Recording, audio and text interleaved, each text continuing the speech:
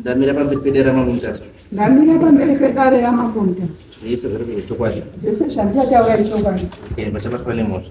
Pachabatwa nemoto. Mwari anobatsirawo. Mwari anobatsirawo. Pamusoro echinyangani. Ini ndinoitwawo nechinyangani. Mwana wabhefe munyangani. Ndauyawo nenyaya yangu yekuda kubatsirwa kangani. Tichifambe pamwe chete semhuri. Takabarwa tiri wana 7, 1 wakashaika. Tasara tiri 6. Vakomana 2, vasikana 4. Nyaya iyi kunyanya kutanga kwayo yakatanga mugore ra2022. Vakashaika mwana wangu, mai wekamwana wangu. Ashaika kudaro mai wa ndichakutaura muchidini. Ashaika kudaro. Sisi wakauya kuMozambique, wanowa first born mupamedu awa wari apa. Wauya kuMozambique wakagara. Kurwara kwawakaita, isusu tatisina mbudhira tamboona chitiko chakadaro, waigwina. Waitaura zvakawanda. Takabata mukoma kuSouth Africa kwaanosenzera, anowa baba uyu. Tikawataurira kuti uyai tifambe, marwariro ekuti asisi hatisikuanzwisisa. Mukoma havana kubatika. Vanogara wese kuSouth nouyo munin'ina wangu ari apa. Takavati fambai muri ikoko kumaprofiti. Isusu tine murwere tifambe nehanzvadzi yangu idiki yandogara nayo kuMozambique. Hapana chakaitika kune ivava vakanga vari kunze. Isusu sekuti takagara nasisa vachirwara, vachitaura zvakawanda zvatisinganzwisisi nezvaitika. Takatangawo kufamba kumaprofiti kuMozambique. Tadaidza muprofiti, sisa wakabudirwa. Vakataura zvokuti zita rekuti rasekuru wedu Sekerai Nyangani. Vakataura kuti Herbert Nyangani akaromba, anowa mukoma wedu baba uyu. Vakataura kuti tete Tracy vane ubatwa hwavanoita. Vakanamatirwa sisawo. Tikazoenda futi kune mamwe maprofiti. Kunowa wakazonzi taurai chokwadi chamunoita mabasa enyu maini. Sisa vakazopupura kuti ndinoshandiswa nedhimoni rekuroya. Takazenge inini nehanzvadzi yangu iyi takuda kubatsira kuti dhimoni riya ridini ribviswe pavari. Takazoenda nawo kuHarare kwasekuru Kanenge. Sisa vakasvika vakabva vabatwa kuti ndo wakauraya mwana wangu, mai wemwana uyu aine 3 months. Zvadaro izvozvo takaenda kwaKanengo, tikaenda kwaMatengamiri, nasabva kuMatengamiri ndofunga wanga vari kuvanozviziva. Zvikabatwa zvinhu. Asi takanzi tapedzerwa kuHarare ikoko tizodzoke isusu. Nekuda kwekuti vakatemera mwana uyu nyora, vakatemera inini nyora, vakatemera hanzvadzi yangu nyora. Saka mwana uyu akanga anzi iye haakwanisi kuti aparwe nyora nekuda kwekuti achiri mwana mudoko. Saka sekuru Kanenge wakati marapiro andinoita mwana uyu ndokuti munopota muchidzoka. Imimi ava tichidzokawo kureview. Review andakazoenda inini kamwe. Ndakafonera sisawa kuti wauye. Wakaramba kuuya. Zvadaro izvozvo ndakambogara 2022, 2023. Zviri kungondinetsa. Maroto mahope dzandairota nemagariro neupenyu hwangu anoziva miri wangu hazvisiri izvozvo. Ndakazoti muna gore rapera ndobva ndabati ndaisa message kuna baba wedu. Ndikati mukoma, ndikukumbirawo kuti timboungane semhuri, tifambe pamwe chete, timbonyatsounzwa kuti chii. Nekuti zvaitika izvo zvakazoitika kuti ndizive futi kuti ava vanhu vakandiurayira mwana, ndanga ndisingazvizivi. Saka nechiitiko chiri kuitika mumba medu, ndafunga kuti tiunganidzane semhuri. Tione kumbofambawo tibatsirwe. Kana paina akakanganisa asingazivi. Isusu especially inini ndinorota ndichisangana bonde nezvandisingazivi. Musha wangu chaiwo wakaparara zvisina tsananguro. Saka ndiri kuda kuti ndibatsirwewo. Asi mukoma haana kundipindura kana kuresponda message iyoyo. Mumashure macho uye akavhura gurupu. Tikatanga kuti zvese zvetakatadzirana kana paina akatadzirawo munhu ngatitangirei pamwe chete. Titange kuronga zvinhu zvedu. Taronga gurupu iroro. Takatanga kuti kutaura namukoma. Asi nyaya yedu ndeyekuti tifambe. maererano nezvatatasangana nazvo zvakabuda mumamidhia hapana asingazvizivi pasi rino rese. Asi mukoma wakaramba vari kungodini basi havasi kubatika. Ava vakanzi tozodzoka tese kwakanengo vakabva varamba kudzoka. Inini matambudziko ndikungoawana. Mwana uyu handisati ndaziva. Iye uyu wandinogara naye tinongorota hope. Tinorara tichidyiswa. Tinotwa bonde yaanogona kuonawo achiita bonde nemukadzi. Saka changamiro ndiri kukumbirawo. Tinodawo mubatsiri. Tifambe semhuri. Hakusi kuti inini ndakachena. Nokuti nyora dzandakatenderwawo handizivi kuti zvakadini, asi hangu ropa rangu nemwoyo wangu handizvivi. Asi chandoda kubatsirwa kusunungurwa musha wedu tisunungurwe. Tatenda.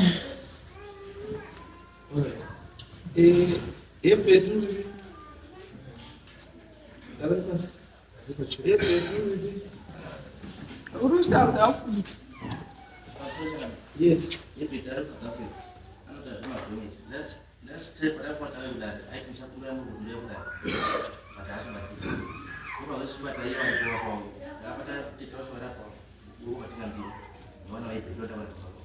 Ono hivi tosha. Baba yenu Arikuba sasa. hapa South Africa. Makamu tawe rotablo. Samu nataka kwa. Mukamtaurira kuti samunga uya kuti mudzi. Samuel akagoya rine mazita edu rine mumino. Kuwe mbotsvaga vakambotsvaga previously. Yaiudziwa. Akatombouzwa. Makamudza kuti baba isusu tazosungwa on your behalf. Pekusungwa tatisina kumboudza because Samuel anga achishatira zvekare kuti taridza kuti tasungwa. Right, chita iso. Hatichizwa tora time. Mumwe munhu kana atambudzika zvitore kuti ndiro because ukatiende kuchechi iwe kuti hatifanira kuenda kuchechi asi nhasi makuona kuti tese mangwana semhuri tikuenda kuchechi wana unopedzisira kuta kuti iwe wasara ndiwo nenyaya wanga chakatorina chii andingauzwa izvozvo kuti chingori apa ngauye baba wenyu akiri chii zitarani kana ine zvari kuziva even nyambo usatoya kudare kuno batai tete batai vaditi motogara pasi muri moenda kwamunoenda and ukaona nyaya dzakadai dzakuya kudare it means but there is one person who is trying to be difficult kuti nyaya dzakadai hatomboi kudare because pakafumwa gurupu ndokwakumutaura kanyaya dzidzi gurupu kuti ngatidai toda ngatisaka asi zvikazoramba izvo ndosokwauzona mabuya saka isu toda kuti ngatiite chinhu chekuti chipere isusu tinokwanisa kuti achipinda pabhodha obva angopa utosiya kuitira but hatisi kuda izvozvo pababa kuti munhu ngauya apedzi dzake hati ndasopinda pamberi pedata kune nyaya ndiyo yebhedei asi yebhedei akazota izwa mukutaura kuti toda kutonga serevhita ari mugonyeti mari kuti akatozorora mubig city rake kuti yebhedei ngayapedzi chii nyaya dzake and giving kubva nhasi kusvika musi wechinhano musi wefriday baba wenyu akangoita mukana wokuti auye kana kufura nemunhu kana achiti hakwanisi kubata masabati anytime vamandi kusvika kusi friday ngandibate pangouya tibatatobatana nati tine chirwere wefoni nyaya ipeni asi akaita izvozvo machive mamutaura kuti asi akaita izvozvo manje takumutwita semupari wemhosva izvozvo tiri kumutwita semunhu wese wese asi tichasvika nguva yekuti akumutwita sechii sehoromori handi saka tete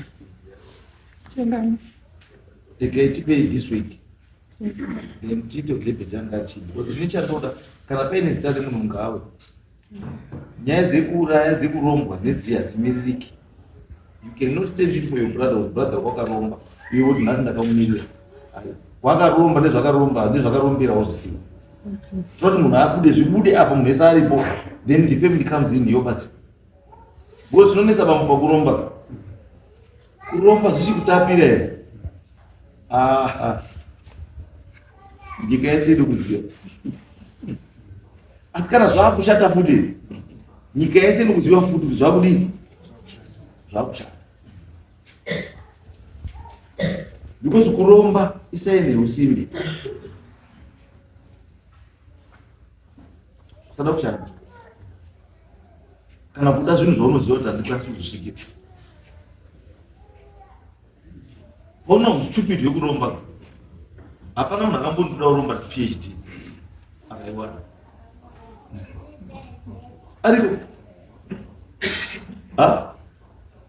aripo here akamboromba kuti ndakuenda kurombera doctorate, kuti ndizi doctor ningi of philosophy, doctor ningi of chakati. Aripo here. Ndopauri kuona zviri stupid, zvine ceiling yazvo pazvinoperera nepazvinotangira nepazvinoperera. Asi pazvinosvika paceiling bai hazvizorambi zviripo baba. Zvinotanga kudzoka reverse jive. Ende kana zvine zvakudzoka reverse jive manje ndopamunotanga kuputitsana sekuputitsana kwamunoita. Nyaya yereverse jive. Because kana zvakuona reverse jive hauchakwanisi kuzvicontrol. Zvakuda kakupa kuti azvidii, azvicontrol. Zvino vanhu vakawanda munyama yavo ndekuti isaida ukaromba, paunodzokapo wakarombera unosvika isaida wakatransferya munhu wacho, kana kuti wakafa, kana kuti haazozikana kwaari. Asi wakomana vanongwa kuti tidzosere kwawakatitora, tidzosere kwawakatitora, tikudiwa taakudaidzwa. Andibaba taudai pambohembeti munguva wachinayo ngavauye tigadzire zvemhuri, wazvichenesi pamberi pemunhu, aite zvinhu zvake ari free. Vanhu vasafungire kuti kudrive kubva kuDRC Congo kusvika kuCape Town wobva wafunga kuti mari yake iyo amazonako iyawo zikuromba. Ai anoona yes, ngauye azvichenesi aizodrive mari zvakadii zvakanaka. Kuzo vanopedzisira kuzoti saka anodrivewa netukomana kabva kuCape Town kusvika kuDRC Congo iye akararana. Ndozvaunotorombera kana udrive chimwe chaunga chaungatorombera chii kunze kwokuti urare uri kudrive kumwe munhu. Chimwe chaungarombera sadrive chii, because the distance is too long. Saka hembeti ngadi ndiba kwako mutauri imimi nevaningirana titi hembeti weya kuno baba weya kuno musasire mati pamati maproblems emukristo nabonye amino babanya akapaka naye mitundu zvake arikutora pakati muri tunde. Usazvikanganwe kuti babanya kana aine zvinhu zvake iwe nemhino womuri tu wanowacho achatozvitora ndiyo nhaka yake imwe yaritopiwa pakati penyu, saka ari prepared kutora ndiya unless kana muchizviziva kana kuti makatorombawo imi macho it's okay. Asi ndiri kuti izvo zvogare makazvidii makaziva bakwenyu ngauye aclear zita rake aclear zita rake apa kana pene zvimwe zviri kunetsa tete zviri kunetsa uko zvisiri zviri kuziviya nazvo. Andikamunoza tete anotaura takambofamba kwatakafamba wakazembedza wakadii wakaromba nechii handii ukazi tete odini atiwa nedhimoni rekuroya andizvo ndokuti hazi nedhimoni rekuroya wanototaura wega awandipana wangatopupure wega ndisingatauri. Ndinawo mavhidhiyo enyaya dzavo mavhidhiyo ndazobude adari hebe hanzeriti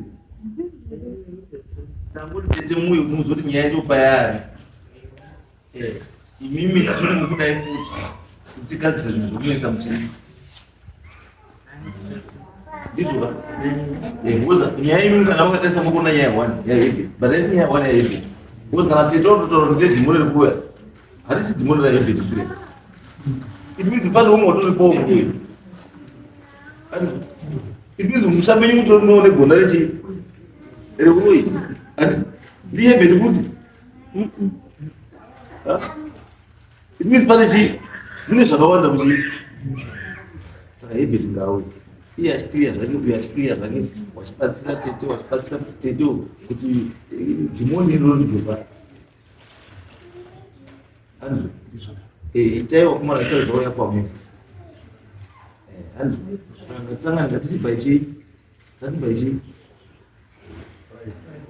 by Friday bako ndiri kuda communicate by Friday ichibva waisa nhamba yakoyo apo Ndokutaura naye nhasi manheru ndobva utomutaura kuti wataura naye baba wako nhasi. Tipei nhamba dziripo mwana waHebheti. Asi Hebheti anamubigira naye kuti munomu.